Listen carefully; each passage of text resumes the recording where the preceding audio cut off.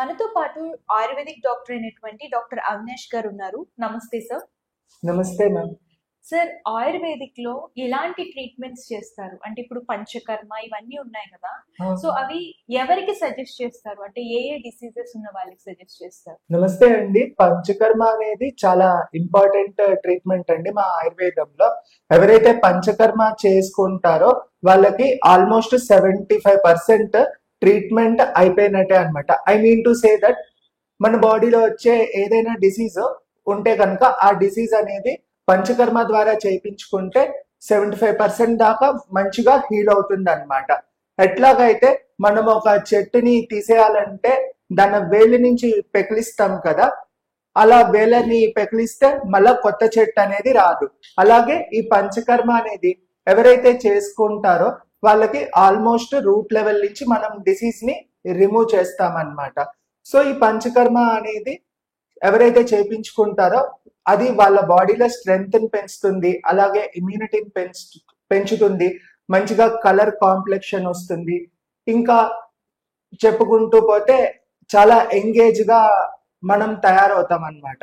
ఈ పంచకర్మ అనేది మాట్లాడితే కనుక ఈ పంచకర్మ అనేది చాలా సిస్టమ్స్ మీదే పనిచేస్తుంది అనమాట మన బాడీలో. ఎలా అంటే పంచకర్మ అనేది మొత్తం 5 అన్నమాట. ఒకటేమో చరక క్లాసిఫికేషన్, ఒకటేమో సుశ్రుత అన్నమాట. ఆచార్య సుశ్రుత ప్రకారము వమన కర్మ, దీన్ని ఎమిసిస్ థెరపీ అంటారు. విరేచన కర్మ, ఈ విరేచన కర్మ అనేటప్పటికి పర్గేషన్ థెరపీ. తర్వాత బస్తీలో వచ్చేసేటప్పటికి ఎనిమా థెరపీ అని చెప్పి మనం మోడర్న్ సైన్స్ వాళ్ళు చెప్తారు. కానీ ఈ బస్తీ అనేది వచ్చేసేటప్పటికి ఆయుర్వేదాలో మళ్ళా 3 టైప్స్ ఉన్నాయన్నమాట.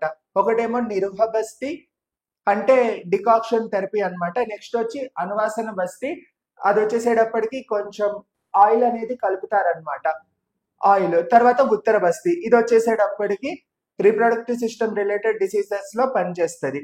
నెక్స్ట్ వచ్చేసేటప్పటికి నస్యకర్మ, ఈ నస్యకర్మ వచ్చేసేటప్పటికి ఐస్, తర్వాత ఈఎన్టీ ఇష్యూస్, తర్వాత హెడ్ రిలేటెడ్ డిసీజెస్ ఏదైనా ఉంటే ఈ నస్యకర్మ ద్వారా మనం ట్రీట్ చేయొచ్చు.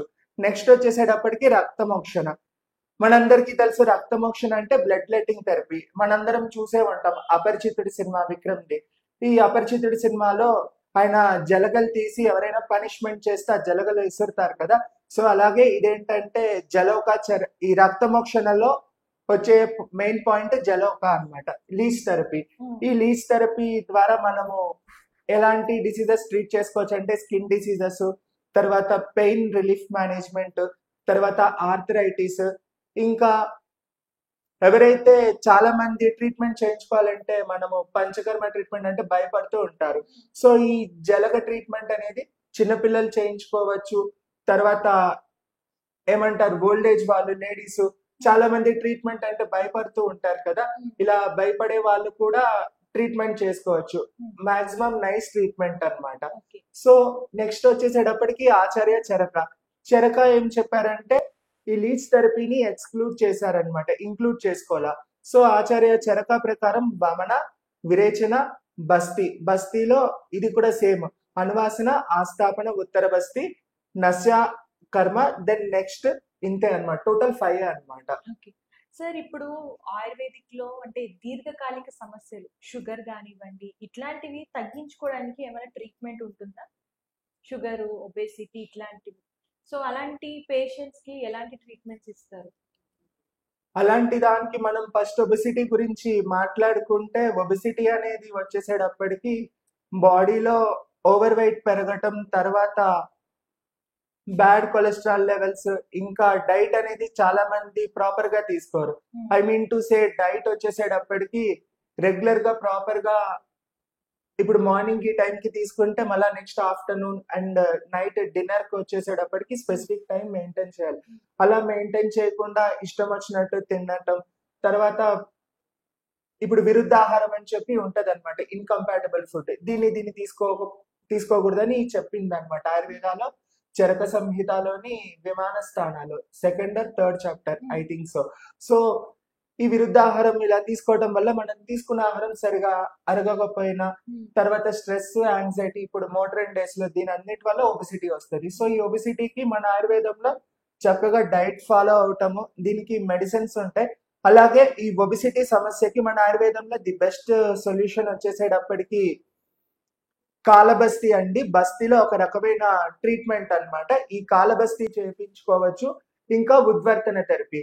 మనందరికీ తెలుసు ఆయుర్వేదంలో ట్రెడిషనల్ గా వచ్చేసేటప్పటికి మసాజ్ అభ్యంగన. ఈ అభ్యంగన అనేది డౌన్వర్డ్ డైరెక్షన్ లో చేస్తాము.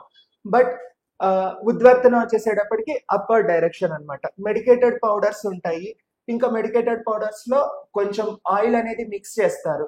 ఈ ఆయిల్ మిక్స్ చేసి ఇలాగా అప్పర్ డైరెక్షన్ లో రబ్ చేస్తారనమాట ఉద్వర్తన. సో దానివల్ల ఏంటంటే మెయిన్ మన ఆయుర్వేదాలో వచ్చేసేటప్పటికి ఒబిసిటీ అనేది కఫదోష అనేది ఎక్కువగా పెరుగుతుందండి. సో దానివల్ల ఈ ఉద్వర్తన ట్రీట్మెంట్ చేయించుకోవడం వల్ల ఈ కఫదోష అనేది కొంచెం తగ్గుతుంది అనమాట. తగ్గడం వల్ల సో అలా ట్రీట్ చేస్తుంది. సో డయాబెటీస్ వచ్చేసేటప్పటికి అదొక పెద్ద ఇష్యూ అనమాట నవే డేస్. ఈ డయాబెటీస్ ని మన ఆయుర్వేదంలో మధుమేహ అని చెప్పి పిలుస్తారనమాట. ఇనిషియల్ గా వచ్చేసేటప్పటికి ప్రమేహ అంటారనమాట. One kind of urinary disorder. ఇది గ్రాడ్యువల్లీ ఒక 2 or 3 years 5 years after 5 years దీన్ని మధుమేహగా అని చెప్పి పిలుస్తారనమాట.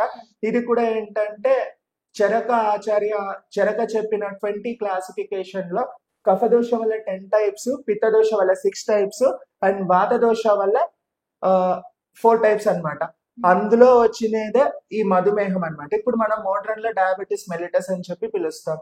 సో దీనికి ఏంటంటే డైట్ ఫాలో అవ్వటము, తర్వాత ఎక్సర్సైజెస్. మన ఆయుర్వేదాలో ఏంటంటే ఆసనాస్, బ్యూటిఫుల్ ఆసనాస్ అనేవి చెప్పారనమాట. సో అది కన్సల్టెంట్ ఆయుర్వేదిక్ డాక్టర్ ఎవరినైనా సంప్రదిస్తే కనుక వాళ్ళకి మంచిగా డైట్, తర్వాత ఏమో ప్రాపర్ మెడిసిన్. మా ఆయుర్వేదాలు వచ్చేసేటప్పటికి ఫస్ట్ నాడి పట్టుకుని చూస్తారనమాట.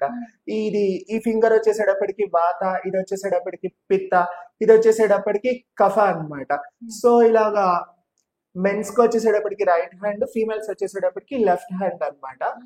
సో ఈ నాడి ఇలా పట్టుకుని చూసి దాన్ని బట్టి వీళ్ళు ఏ ప్రకృతి అని చెప్పి అసెస్మెంట్ చేస్తారు. రీసెంట్ గా మన మోడీ గారు కూడా ఆల్ ఓవర్ ఇండియా ప్రకృతి అసెస్మెంట్ అని చెప్పి చేశారనమాట.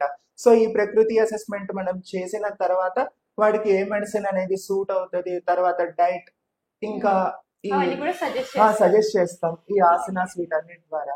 ఓకే. సో సార్, ఇప్పుడు మీ దగ్గరకు వచ్చే పేషెంట్స్ కి డైట్ తో పాటు మెడిసిన్స్ అంటే ట్రీట్మెంట్ కూడా చేస్తారు? అవునండి, చేస్తాము. సో చూసారు కదా, ఆయుర్వేదిక్ లో ఏంటంటే చిన్న చిన్న సమస్యల నుంచి పెద్ద దీర్ఘకాలిక సమస్యల వరకు ప్రతి దానికి కూడా ట్రీట్మెంట్ అనేది ఉంటుంది. మీరు ఎవరైతే ఇక్కడికి విజిట్ చేస్తారో ఇక్కడ డైట్ కానివ్వండి, అలాగే ట్రీట్మెంట్ కానివ్వండి, అలాగే యోగా కానివ్వండి, ఎలాంటి టిప్స్ పాటించాలి ఇవన్నీ కూడా వీళ్ళు సజెస్ట్ చేస్తారు.